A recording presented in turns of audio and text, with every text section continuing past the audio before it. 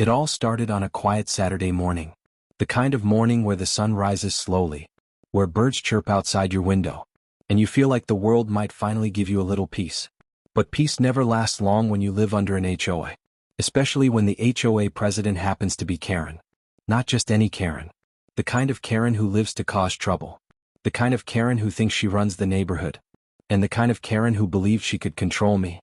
That morning I was in the kitchen making coffee. The smell of fresh brew filled the house. I leaned against the counter, enjoying the quiet. But then I heard something strange. The sound of a key turning in my front door. At first I thought maybe my wife had forgotten her key. Maybe she came home early. But then I remembered she was still on duty. She wasn't supposed to be home for another few hours. The door creaked open slowly. And standing there was Karen. She had a smug look on her face. She stepped right into my house as if she owned it. No knock. No permission. Just bold entitlement. I froze for a second, shocked. "What are you doing in my house?" I demanded. But Karen didn't even flinch. She crossed her arms and smirked. "I told you before," she said, "your curtains violate HOA standards. I needed to check them myself." I laughed in disbelief. "You broke into my house, over curtains?" She didn't like that I called it what it was. Her face twisted with anger. "This isn't breaking in. I have a master key for inspections." I stepped closer, staring her down. "You don't have the right to open my door without my permission." But Karen wasn't backing down. Her voice rose with arrogance. "You live here under my rules. If you don't like it, maybe you don't belong here." That's when I felt the anger boiling inside me. This wasn't just about curtains. This wasn't about HOA rules. This was about control. I clenched my fists, trying to stay calm. But then Karen made her biggest mistake yet. She pulled out her phone. "I'm calling the cops," she snapped. "You're threatening me in my own community." I couldn't believe what I was hearing. She had unlocked my door. She had walked into my home uninvited. And now she wanted to call the police on me. She dialed the number quickly, her eyes glaring at me. I didn't stop her. Because I already knew something she didn't. My wife, the woman Karen was about to meet, wasn't just my partner. She was also a decorated police officer. Karen shouted into the phone. "Yes, officer, I'm inside his house. He's being aggressive. You need to come quickly." Her voice dripped with fake fear. She even added a few fake sobs to sell her story. I almost laughed, but I kept my cool. "Sure, Karen. Call whoever you want. This should be fun."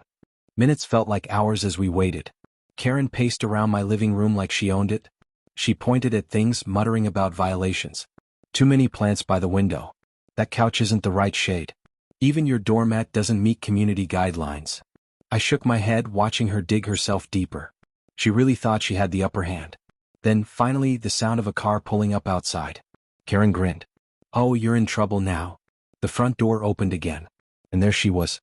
My wife. Still in uniform. Badge shining. Confidence radiating from her every step. Karen's grin vanished instantly. Her face went pale. Her mouth opened, but no words came out. My wife looked straight at her. "Excuse me. What are you doing in my house?" Karen stuttered. I was inspecting. He was threatening me." My wife raised an eyebrow. "Threatening you? Funny. From what I see, you're the one trespassing." Karen's hand shook. Her phone almost slipped from her fingers. She tried to backpedal. "This is a misunderstanding. I'm the HOA president. I have authority." My wife stepped closer, her tone sharp. "The only authority you're going to see today is mine. You unlawfully entered this home.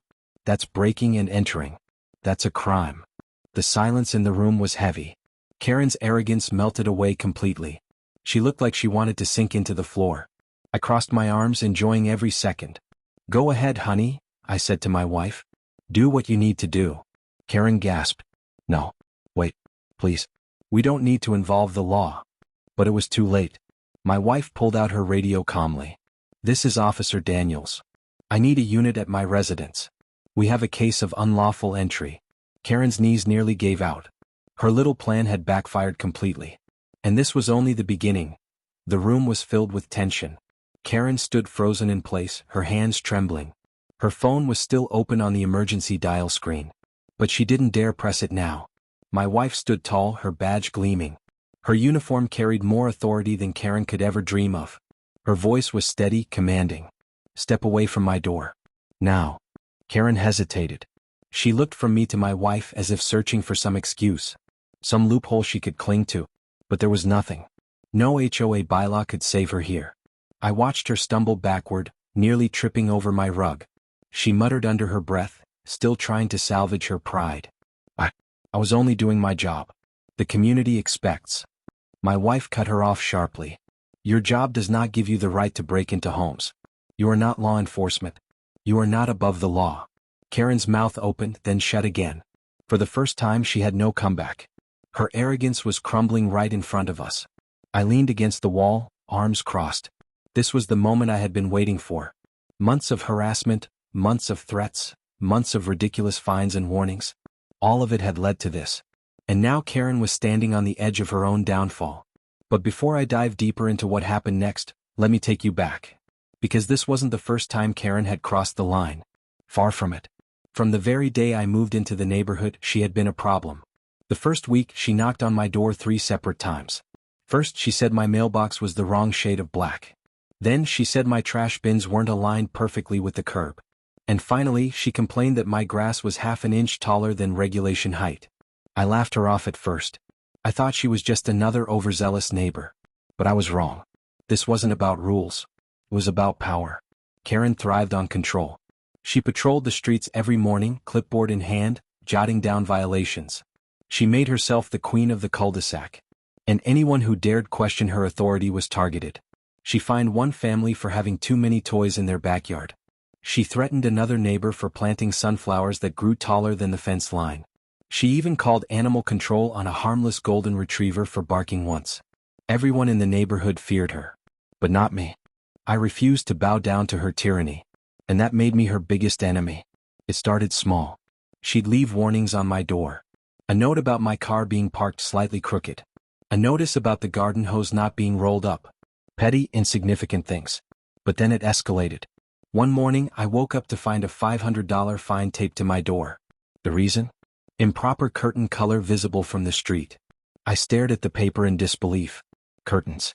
Of all things. She wanted to control the inside of my home now. I crumpled the notice and tossed it in the trash. But Karen wasn't done. The very next week, she showed up at my door with 2 board members in tow. She waved her clipboard like a weapon. These are violations, and if you don't comply, we'll take legal action. I stood tall, staring her down. Try it, I said coldly. You don't scare me. From that day forward, I became her obsession. She'd drive by my house at night, slowing her car to peek through the windows. She'd lurk at the edge of my driveway, pretending to be checking property lines. It was harassment, plain and simple. But nothing compared to the morning she unlocked my door. That was the line she should never have crossed. Back in the living room, Karen stood pale and trembling. My wife's call for backup had already gone through. We could hear the faint crackle of a dispatcher confirming units en route. Karen's eyes widened. She shook her head frantically. No, wait. We don't need police here. This was just a misunderstanding. My wife's stare was unyielding. The misunderstanding is yours. You thought you could break into my home and intimidate my husband. You thought your HOA title gave you power. It doesn't. Karen took a shaky step toward the door. Please, let me leave. No one needs to know about this. I smirked. Oh, they'll know. Trust me. Everyone will know. Karen spun to face me, desperation in her eyes. You don't understand. If the board finds out, I'll lose everything. My position, my influence. I cut her off with a laugh. Good. That's exactly what you deserve. The sound of sirens echoed in the distance. Karen froze. Her lips trembled as reality sank in. The cops were coming. And there was no escape. I could see the wheels turning in her head. She was grasping for excuses. Anything to spin the story. But with my wife standing there in uniform, there was no way out. Moments later, flashing red and blue lights filled the street outside. 2 squad cars pulled up, engines humming. Karen's face drained of all color. The officer stepped inside, nodding respectfully to my wife. Officer Daniels, what's the situation? She gestured at Karen. This woman unlawfully entered my residence. She claims authority through the HOA, but she had no warrant, no permission, and no legal right to be here. The officers turned to Karen. Their eyes narrowed. Ma'am, is that true? Karen stammered, searching for words. I was just checking he was threatening me. But her voice cracked. Her excuses collapsed under the weight of the truth. One officer stepped forward. "Ma'am, you need to understand something. HOA rules don't override the law. What you did is breaking and entering." Karen's knees wobbled. She grabbed the back of a chair for balance. Her face was beet red, her pride shattered. I leaned closer, my voice low but firm. "You should have stayed out of my home. Now you're about to face consequences you can't control." Karen's eyes filled with tears. She tried one last desperate plea. "I didn't mean any harm. Please, I've served this community for years. I just wanted order, respect." My wife silenced her with a single sentence. "Respect isn't taken by force. It's earned. And you've earned nothing but trouble." The officers escorted Karen toward the door. Her head hung low. The neighbors had gathered outside, drawn by the flashing lights. They whispered to each other, pointing, gasping as Karen was led out. For years she had ruled over them with fear. Now they were seeing her stripped of her power, exposed for what she truly was. And that was only the beginning of her downfall. Because once the law got involved, there would be no going back. Inside, my wife turned to me with a small smile. "You handled yourself well." I grinned. "I knew you'd show up just in time." She laughed softly. "Karen picked the wrong house to mess with. And I knew then, this war with the HOA wasn't over. But for the first time, the battlefield was on my side." And Karen? She had just made her biggest mistake yet. Karen's arrest wasn't the end. If anything, it was just the beginning. The night after the cops took her away, the neighborhood buzzed with whispers. Some said she would be out by morning. Some believed she'd talk her way out of everything. After all, she had been untouchable for years. But for the first time, her iron grip on the community was slipping. People weren't afraid anymore. They saw that even the so-called queen of the HOA could be brought down. I sat on my porch that evening, sipping coffee. My wife was next to me, still in her uniform, her hair tied back after a long day. We both watched as groups of neighbors walked by. Some gave me nods of respect. Others whispered, "Thank you," under their breath. I had never been their hero. I never wanted to be. But standing up to Karen had changed things. Now people saw me differently. Still, I knew Karen wouldn't give up so easily. People like her never do. Control was her lifeblood. And she'd fight tooth and nail to claw it back. And I was right. The very next morning, I received an envelope on my doorstep. Inside was a formal notice from the HOA board. Notice of emergency hearing, it read. The subject line? Violation of HOA bylaws and disorderly conduct. I almost laughed out loud. Karen had been caught trespassing, yet somehow she managed to twist things around. Now they wanted to put me on trial. A kangaroo court run by her loyal board members. I showed the letter to my wife. She skimmed it, then rolled her eyes. "This is desperate. She's trying to shift the blame." But I wasn't surprised.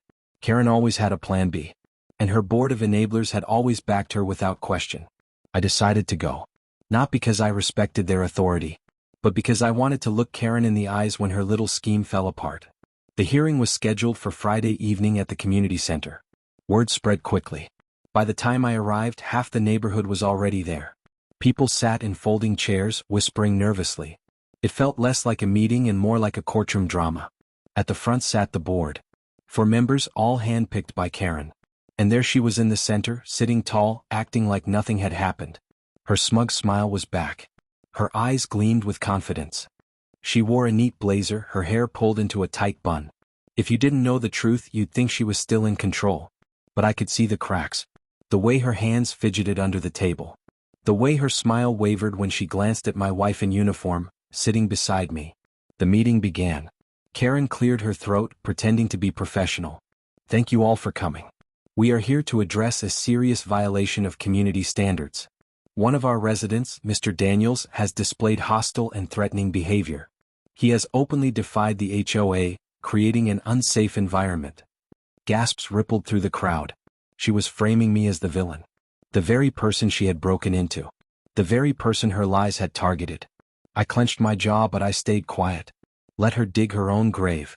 The board nodded along, jotting notes as she spoke. They had always been her puppets. But tonight, they weren't the only audience.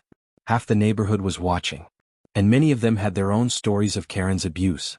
Karen leaned forward, her voice dripping with false concern. "This behavior cannot go unchecked. For the safety of our community, I recommend a $5,000 fine and immediate probationary status. If violations continue, eviction will be pursued." The room erupted. Whispers, shouts, disbelief. $5,000. for being a victim in my own home. I stood slowly, letting the noise settle. Then I spoke. You want to talk about safety? About violations? Let's talk about what really happened. All eyes turned to me. I held the room with my gaze. Last week, Karen used a key to unlock my door without permission. She walked into my home uninvited. That, by law, is trespassing. That, by law, is breaking and entering. Murmurs spread across the crowd. Some neighbors nodded. Others gasped as if hearing it for the first time. I continued, my voice sharp. She then called the police. She lied, claiming I was threatening her. But when the police arrived, guess who they found standing in uniform on duty in her own home? I gestured to my wife. She stood tall, her badge gleaming in the overhead lights. The room fell silent. Karen's face flushed red. She shifted uncomfortably, her smugness slipping. I pressed on. Karen abused her power. She used the HOA as a weapon. She's been doing it for years. Fines for curtains, threats over doormats, harassment at all hours. And you've all seen it. You've all lived it. The crowd erupted again. This time, voices rose in agreement. Yes, she fined me for my fence, someone shouted. She called animal control on my dog, another added. The room was turning. Karen's power was crumbling. Her board members exchanged nervous glances. Karen slammed her hand on the table. Order. Order. This meeting is about him, not me. But my wife stepped forward. Her voice cut through the noise like a blade. No, this meeting is about the truth. And the truth is simple. Karen broke the law. And if anyone doubts that, I have the police report to prove it. She held up a file. The officers who responded had documented everything. Karen's unlawful entry. Her false report. Her attempt to twist the situation. The board looked pale. They weren't expecting evidence. They weren't expecting someone to finally challenge Karen with facts. The crowd erupted again, louder than before. People shouted, demanding Karen's resignation. Voices rose in anger, in relief, in long-buried frustration. Karen's composure shattered. She stood, pointing at me with trembling hands. He's lying. They're both lying. This is a setup. But no one believed her anymore. The board tried to quiet the crowd, but it was too late. The tide had turned. One board member finally spoke. Given the circumstances, I motion to suspend Karen pending investigation. The room gasped. For the first time, the board wasn't blindly obeying her. Karen's face twisted in fury. You can't do this to me. I built this HOA. I control this community. But her words fell flat. The crowd booed. Some neighbors even laughed. The queen had lost her crown. And as the meeting dissolved into chaos, I knew this battle was far from over. Karen wasn't the type to walk away quietly. She would fight back. She would scheme. And she would try to take me down again. But what she didn't realize was that I had already won the one thing she could never touch. The respect of the community. And with my wife by my side, she didn't stand a chance.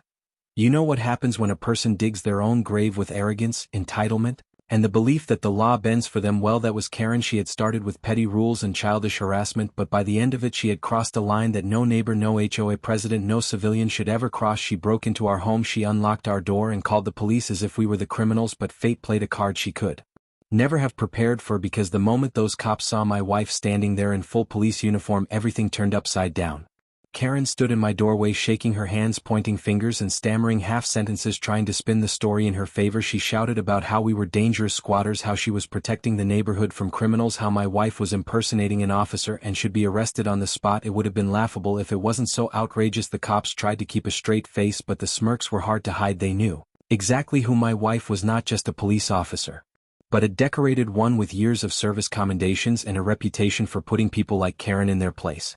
When Karen saw the officers greet my wife by name, her entire face dropped. The confidence drained out of her as if someone had pulled the rug from under her feet. She stuttered, asking why the police knew her, pretending like maybe they were in on some elaborate scam, but the officers weren't buying any of it. They told her flat out, you just broke into the home of a serving police officer, that's a felony.